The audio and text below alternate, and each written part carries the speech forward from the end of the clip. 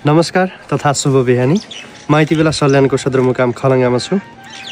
बिहानीको समयमा यहाँबाट देखिने दृश्य योभन्दा अघि पनि तपाईँलाई मैले देखाएको थिएँ। त्योभन्दा अझ झन् आकर्षक दृश्य आज तपाईँलाई म देखाउँदैछु। यहाँबाट बिहानीको समयमा सूर्योदय भइसकेपछि र तलतिर लागेको बादल त्यो सबै कुरालाई म देखाउँदैछु यति बेला।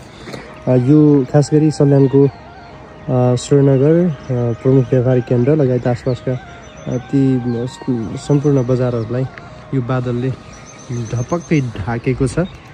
आज भने अलि माथिसम्म लागेको छ। पारीतिर हामीले हेऱ्यौँ भने यो बिचैमा हाई स्कुल छ लुहापिङ।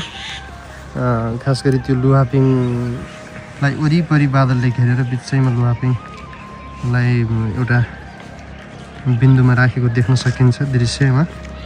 र खास गरी यता भने यो सदरमुकाम डाँडागाउँ आसपासको मिडिया भिलेज भनेर पनि हामीले चिन्ने गर्छौँ त्यो आसपासको क्षेत्र।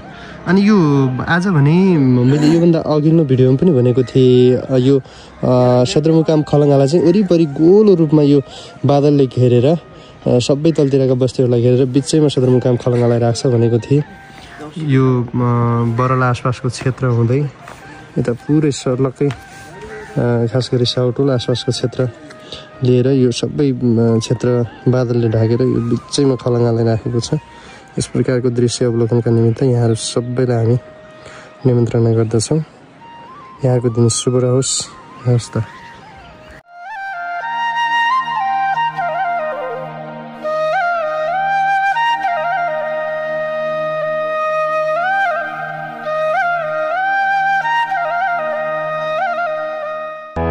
के तपाईँ भरपर्दो इन्टरनेट जडानको तयारीमा हुनुहुन्छ या त महँगो शुल्क तिरेर इन्टरनेट चलाइरहनु भएको छ? यदि त्यसो हो भने कर्णाली प्रदेश सहित देशभरका करिब 2 लाख बढी ग्राहकको मन जित्न सफल भरपर्दो छिटो र सस्तो इन्टरनेट टेकमाइन्स नेटवर्कमा आजै सम्पर्क गर्नुहोस्।